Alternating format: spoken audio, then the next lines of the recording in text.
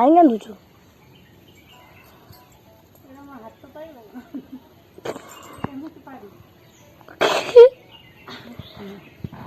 ଆଉ ହାତ ପାଇବନି, ପଡିଯିବ ପଡିଯିବ। ଆଉ ଗୋଟେ ପିଢାଟା ନେଇଯା ତା ଉପରେ ଥୋଇଦେ। ନା ମାମା ପଡିଯିବେ। ନହେଲେ ସେମିତି କାଟେ।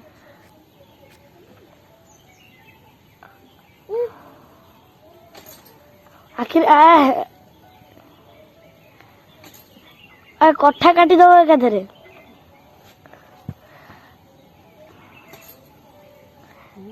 ଛୋଟଟାକୁ କାଇଁ ବାଡେଇଲ?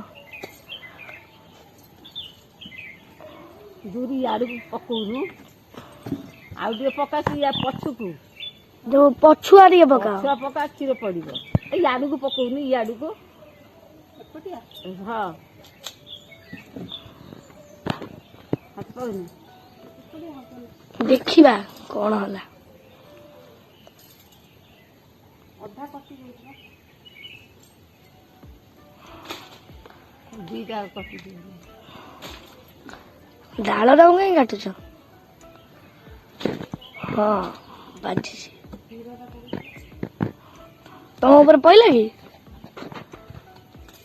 ବାଡେଇ ଦିଅ ଖାଲି। ବଡ କର୍ତ ଧରିକା ନେଇଯାଇନି। ଏଇ ଯୋଉଟା ହଣା ହଏ, ଯୋଉଟା ହଣା ହଏ। ନା ନା ନା ହଁ ସେମିତି ଗୋଟାଏ ଥର ହାଣିଦେଲେ ସେ ଘୋଷାଡ଼ି ଦେଲେ ହେଇଯିବ। ସେଇଟା ସେ ଘରେ ଅଛି। ମୁଁ ଜାଣିଛି କୋଉଠି। ସେ ହାତ ପାଉନି। ତା ଦେହରୁ ମାନେ ସେଇଟା ଏତେ ଧାରୁଆ, ଏ ପଣସ କାଟିଦବ ସେ। ସେଇ ଏମିତି ଘୋଷାଡ଼ି ଦେଲେ ହେଇଯିବ ଆଉ। ନଗିରୁ ପାରୁନ ନହେଲେ।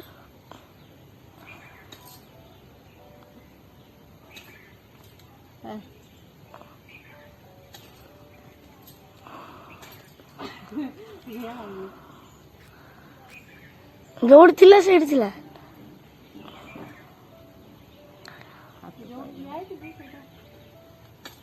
କଟିଗଲାଣି କଟିଗଲାଣି, ଆଉ ଟିକେ ଆଉ ଟିକେ ପଡିଲା।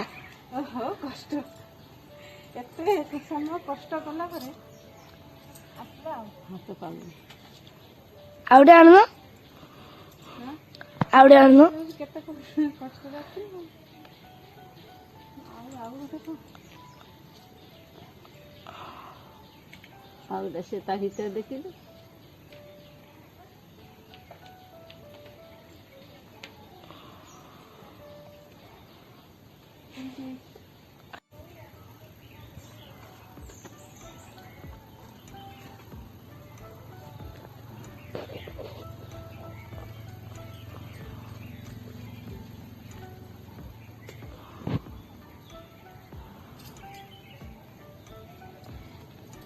ଆଉ ଗୋଟେ ସହଜରେ ମିଳିଗଲା ଆଉ।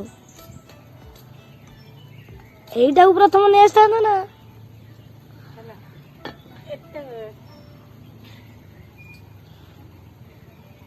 କଷ୍ଟ ପରେ ଆମର ଗଛ ପଣସ ଖାଇବା ପୁରା ଟେଷ୍ଟି। ଏତେ ସମୟ ପରିଶ୍ରମ କଲା ପରେ ମୁଁ ଏ ଦିଟା ପଣସ କଠା ପାରିପାରିଲି। ପରିଶ୍ରମର ପରିବା ହେଇଛି।